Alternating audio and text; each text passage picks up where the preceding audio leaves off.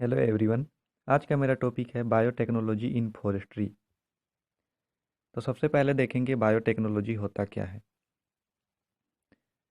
Biotechnology शब्द का गठन जैविक अर्थात बायो एवं प्रौद्योगिकी अर्थात टेक्नोलॉजी से हुआ है।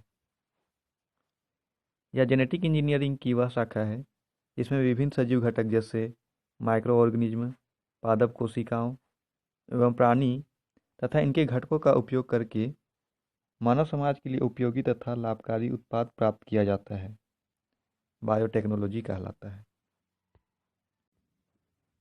Application of biotechnology in forestry अर्थात बायोटेक्नोलॉजी का फॉरेस्ट्री में उपयोग। तो पहला है प्रोपागेशन। प्लांट क्लोनिंग का उपयोग सदियों से पेड़ प्रजनन और प्रोपागेशन के लिए ग्राफ्ट और कटिंग का उपयोग किया जाता है। चीन के कॉलोनियल वानिकी में 800 से अधिक और जापान में जापानी देवदार के कटिंग का प्रोपागेशन किया जाता है। कुछ पेड़ की प्रजातियां दूसरों की तुलना में कटिंग के प्रचार के लिए आसान होता है, जैसे कुछ रूट हार्डवुड स्पीसीज जैसे पोलस विलोस और कुछ कैलिप्ट स्पीसीज तथा कुछ कॉर्निफर स्पीसीज जैसे स्प्रस, रेडवुड और कुछ पाइनस कटिंग के रूप में लगाया जाता है। प्रोपागेशन टेक्नोलॉजी का उपयोग मुख्यतः आनुवांशिक रूप से बेहतर फैमिली या क्लोन वन स्थापित करने के लिए किया जाता है।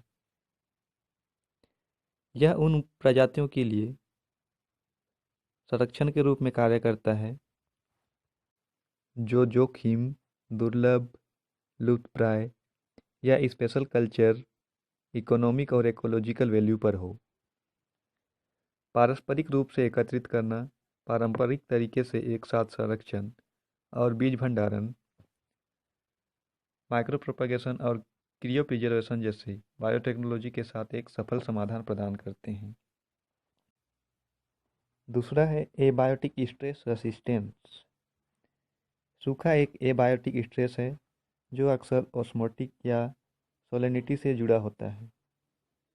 वन उत्पादकता में कमी के लिए यह एक प्रमुख कारक है। एबायोटिक स्ट्रेस का आणविक नियंत्रण कठिन है। इसमें कई जीन एक्सप्रेशन जुड़े होते हैं। वन के पेड़ों में सहनशीलता बढ़ाने के लिए अन्य प्रजातियों से ज्ञात एबायोटिक स्ट्रेस से संबंधित जीन का उपयोग किया जाता है। एबायोटिक स्ट्रेस से संबंधित जीन को वन के पेड़ों में इंजेक्ट किया जाता है जिससे उसमें एबायोटिक स्ट्रेस को सहन करने की क्षमता बढ़ सके। तीसरा है बायोटिक स्ट्रेस रेसिस्टेंस। दुनिया के सभी हिस्से में कवक, बैक्टीरियल, कीड़े और माइक्रोबियल कीटों के इन्फेक्शन से वन की उत्पादकता में कमी आती है। हालांकि एंटी फंगल और एंटी बैक्टीरियल प्रोटीन के उत्पादन से जुड़े जीन्स को शुरू करके प्रतिरोधक क्षमता को प्रेरित करना संभव है। कीड़े और माइक्रोबियल कीटों के लिए ट्री रेजिस्टेंस को बेहतर बनाने के लिए बायोटेक्नोलॉजी में प्रयास किया जा रहा है। उदाहरण, हाइब्रिड ट्रिप्लोइड पोलस ट्री को काउपी ट्रिप्सिन अवरोधक जीन के साथ बदल दिया गया है।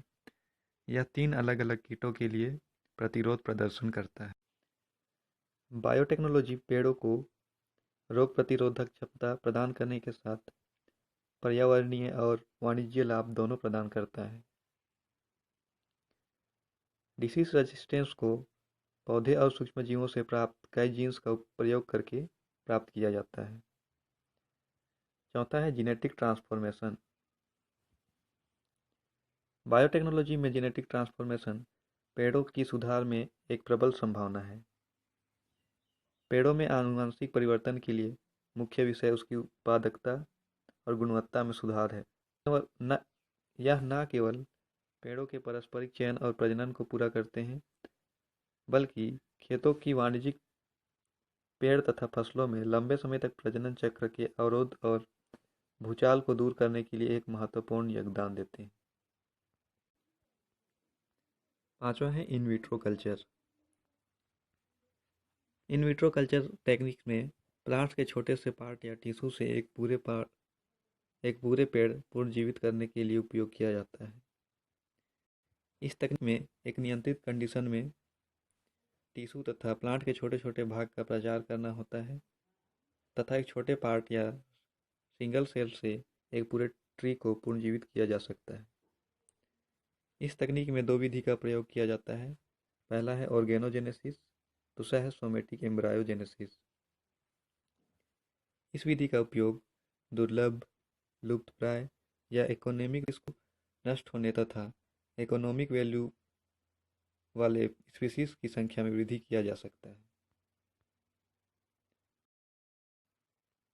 छठवां है ट्रांसजेनेसिस।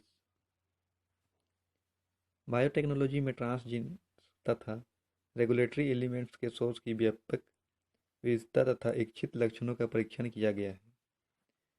इस विधि में इंसेक्ट डिसीज, नेमेटोड, फंगस,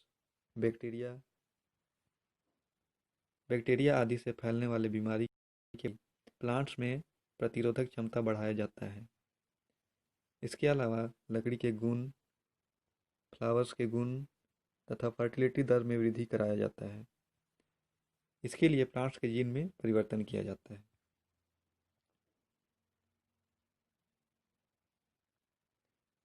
सातवां है टिश्यू कल्चर। यह एक ऐसी प्रक्रिया है जिसमें प्लांट टिश्यू को पोषक तत्व, हार्मोन्स आदि के तहत हाईलाइट किया जाता है, जिसके पश्चात प्लांट्स के टिश्यू से कंप्लीट प्लांट्स का निर्माण किया जाता है। इस विधि द्वारा लुप्त हो रहे स्पीशीज को बचाया जा सकता है। इस प्रकार बायोटेक्नोलॉजी इन फॉरेस्ट्री का टॉपिक यहीं समाप्त होता है। धन्यवाद।